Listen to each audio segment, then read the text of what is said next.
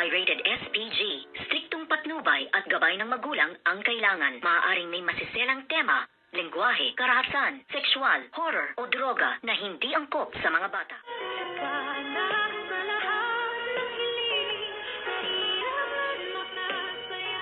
Good morning and welcome sa aking munting channel Kilig na Kilig. Itong si Zoe sa kanilang first monthsary ng kanyang boyfriend na si Dax.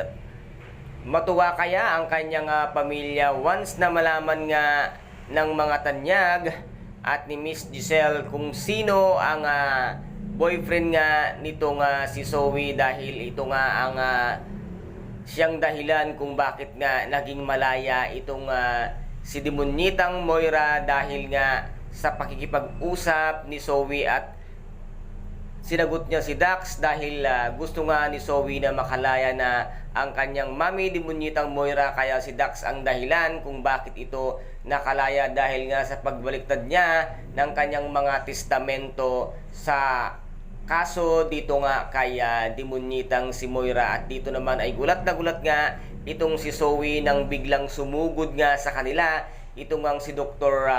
Carlos Benitez, at tinanong nga ni Doc Carlos si Dax kung saan nagtatago nga itong Demonyitang si Moira. Kaya't gulat na gulat nga itong si Dax at tinutukan nga ito ng baril. At dito naman ay bigla nang lumabas itong ang Demonyitang si Moira sa birthday celebration nga ng ating bidang si Dr. Annalyn Santos, at kumakanta nga ng Happy Death Day birthday. At dito nga sabi nga ni Demonyitang si Moira, surprise, at ano kaya ngayon ang gagawin ng Demonyitang si Moira, at tinutukan niya nga ng baril ang mga kasamahan ni Dr. Annalyn Santos at ang kanyang nanay Lynette. At gulat na gulat nga ang lahat sa biglang pagpasok nitong Demonyitang si Moira. Ngayon, makita kaya at masundan din kaya ni Doc Carlos Benitez kung nasa saan itong si Moira, at matulungan kaya ni Doc Carlos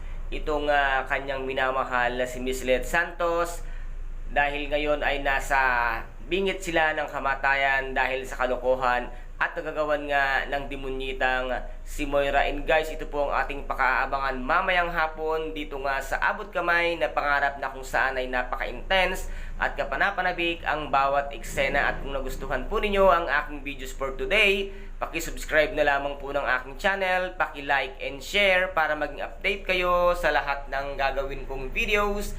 Maraming salamat po. Ingat, God bless, and bye-bye!